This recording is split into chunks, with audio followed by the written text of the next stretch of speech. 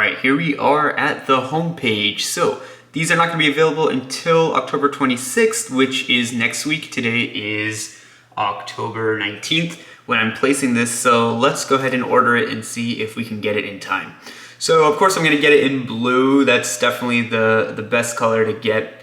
It kind of is unfortunate that it starts at 64 gigs. That's not a lot of storage, but it's probably not going to be my main iPad, so we can go with 64.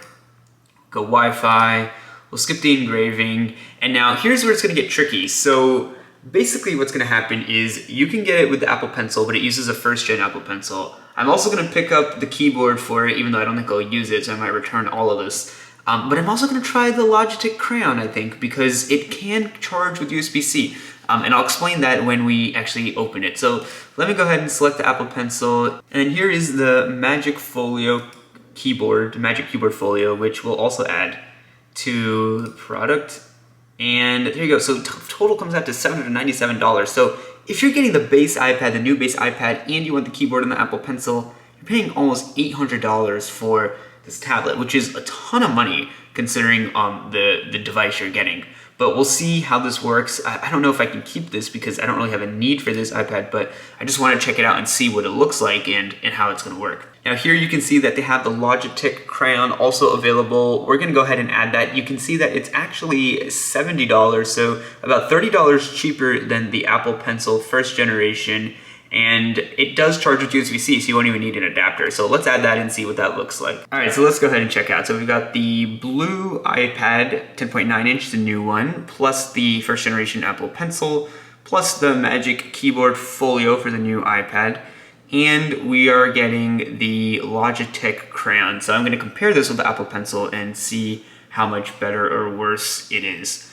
And that should be good. So the total comes out to $924. Huge amount of money for the base iPad now, the newest base iPad. So that's something to consider if you do end up getting all of these. Obviously, most people will only get one or the other in terms of the stylus. You'll only get one Crayon or the Apple Pencil, but still, you're hitting around the $800 mark if you want the keyboard as well. So really important to think about when you're deciding which iPad to get. But again, I don't think I'm going to be keeping all this stuff, so it should be okay for now. So let's go ahead and check out, and we'll see you in a second and open all this up. Everything except the Apple Pencil has now arrived, so we have a lot of stuff to get through. And I just want to remind you, I think I've already shown it, but adding all these accessories with the base iPad is quite expensive. So just keep that in mind if you're considering going with the new iPad, which is, the 10th generation just iPad. When you add everything up together, it can get kind of pricey, and then you're encroaching in some like iPad Air and iPad Pro territory. So that's going to be something to keep in mind, and we're going to go over the pros and cons of that in a bit. But let's get through this unboxing because we have a ton of stuff to open. So first up, let's go ahead and start with the iPad itself. As you can see, this is the 10th generation iPad. I got it in the blue. The base model, it is going to give you 64 gigabytes to start with, which is not a ton of storage, but that's what you get when you're starting at this starting price of, I believe, $449 or something like that. So on the back, you have these two tabs that we can just go ahead and pull open. So you just go ahead and do that. There is no plastic around these iPads anymore for environmental reasons. And we can go ahead and just open this up like so. I am really excited about the new colors. I think they look great. And I think that redesigning the base iPad in the way of the similar manner as the iPad Air and the iPad Pros is a very good move. Even though it comes with a price increase, I still think it is the right move to do. So first thing you're greeted with is the iPad. I can already tell the color looks incredible. It looks way better, I think, than the iPad Air Blue, which I'll compare it with in a second. And then in the rest of the box, you have just your literature packet, and then you get your very nicely braided USB-C cable, which looks nice. I'm so glad that it's braided. It's not color matched to the iPad, unfortunately, but it still looks good. And then you get your charging brick as well. And this is, how many watts is this one? 20 watts, which is a pretty decent charging brick, so that's pretty good. And then inside, you're not going to get color matched Apple stickers, unfortunately, but you do get your pamphlet and just regular old Apple stickers, white ones in the back. So that's good to know. So let's go ahead and set this aside and open up the iPad, let it boot up, and while it starts booting up, I'll go ahead and open the rest of the accessories because again, we have so much to go through. The Apple Pencil, the new one that comes with the adapter that's needed for this iPad, is kind of delayed. So I don't know when that's gonna come in. I think it might be a little bit of time before I get my hands on that. But that's why I got the Crayon instead, and I think this just might be a better option overall. We're gonna test it and find out. And if not, I think, you know, just a third-party app, like stylus accessory might be more worth it than the first generation Apple Pencil. Okay, so we go ahead and pull off the paper from the iPad, and wow, look at that. Look at that color. That is really, really beautiful. It looks a lot better in person than I think it's showing up on camera, at least from what I can tell. And I'll just give you a quick comparison with the iPad Air, which I have in here. I'm a huge iPad fan. I just simply love tablets and in general, so this is really exciting. And so you'll see here that in my right hand, on the right side is the new iPad, on the left side is the iPad Air. So the new iPad definitely has a much more vibrant blue, which I'm really loving. I really dig that color a lot, and I kind of wish the iPad Air had this color, but you know, the iPad Air blue is still also very nice. And just comparing them, looking at them side by side, this one, the new iPad is a little bit heavier for sure. It's a little bit thicker looking as well, so that's interesting to note. And the smart connector is on the side, which you can see here. And another interesting thing is that now we have the camera in landscape mode, which is amazing. So that's a really welcome change to the iPad line, I think, and I'm really excited to see how that works out. It is actually kind of surprising how much heavier it is compared to the iPad Air. And I'm not sure why that is, why it's so much heavier, but you know, it's not a huge deal. It actually has a little bit of heft to it, but it feels good, it feels solid in the hands, and it feels like, you know, a great iPad to use. So I'm really excited to use this and see how it looks. Now, the screen is not going to be flush.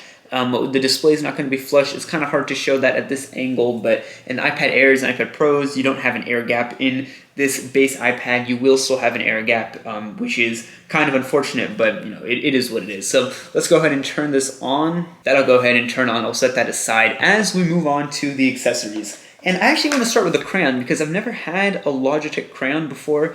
It is, you know, a little bit chunkier than the Apple Pencil, and it says that it is good for iPad models with USB-C ports. So let's see if this works with this new iPad because it technically has a USB-C port, so it should work. And it also charges with a USB-C port. So I think that if this works, this might be a better option to go with the Apple Pencil, which I'll explain why that is in a second.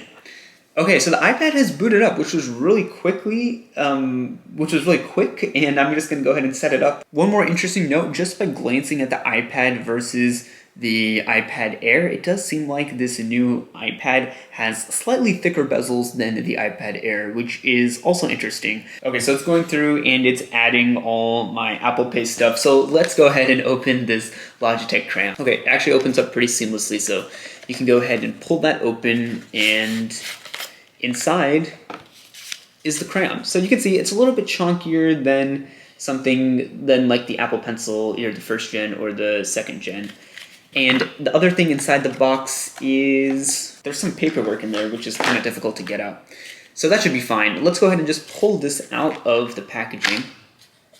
So it's actually flat, which I didn't realize it would be flat. I thought it would be rounded because it looks rounded in the pictures, but you can see here that it's actually, you know, really, really flat. So I don't know how ergonomic this is gonna be. I'll have to test that and see how that turns out. But if we pull this down, I think it should start connecting now.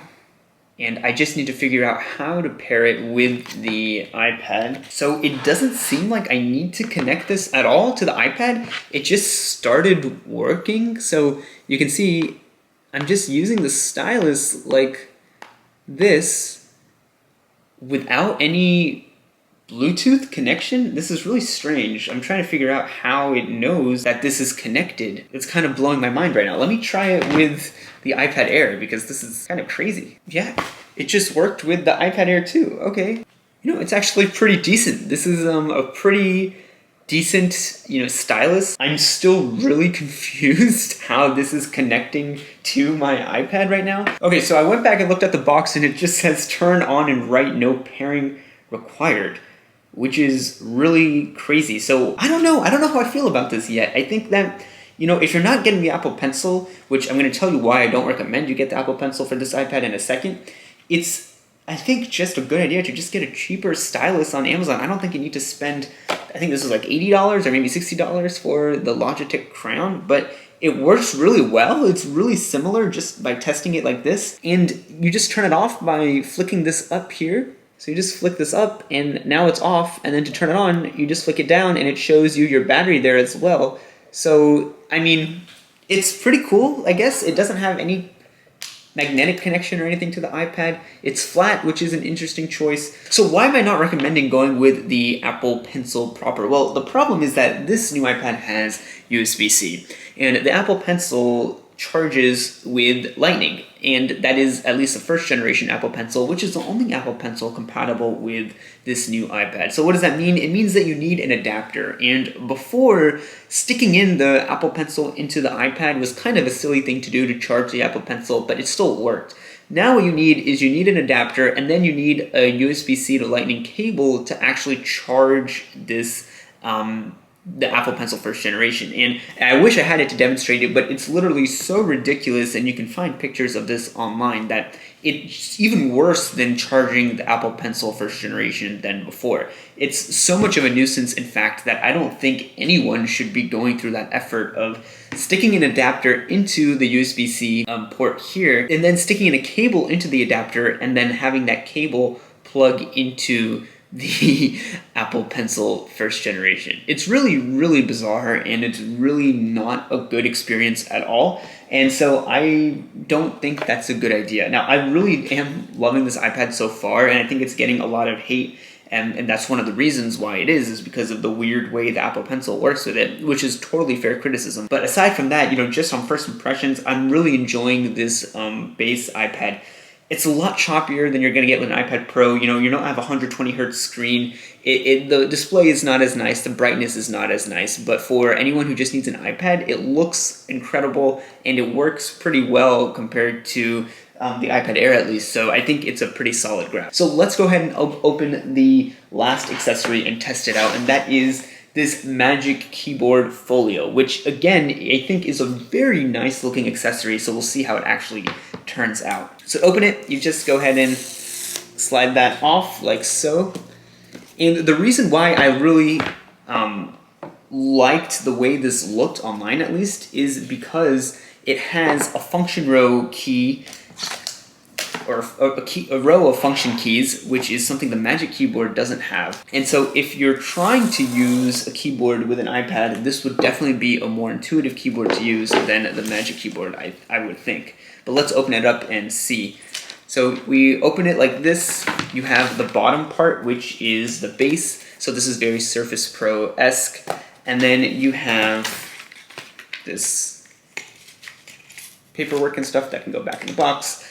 And then you have the back piece here, which is magnetic. And so the nice thing about this is that if you want to use the iPad just like a tablet, you can just remove the keyboard part, and you can just have this attached to your iPad like so. And then you just have like a back case for the iPad.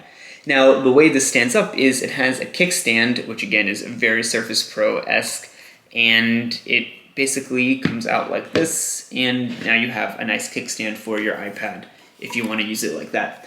And then you can connect the bottom part just like this magnetically, and then it just sits this way.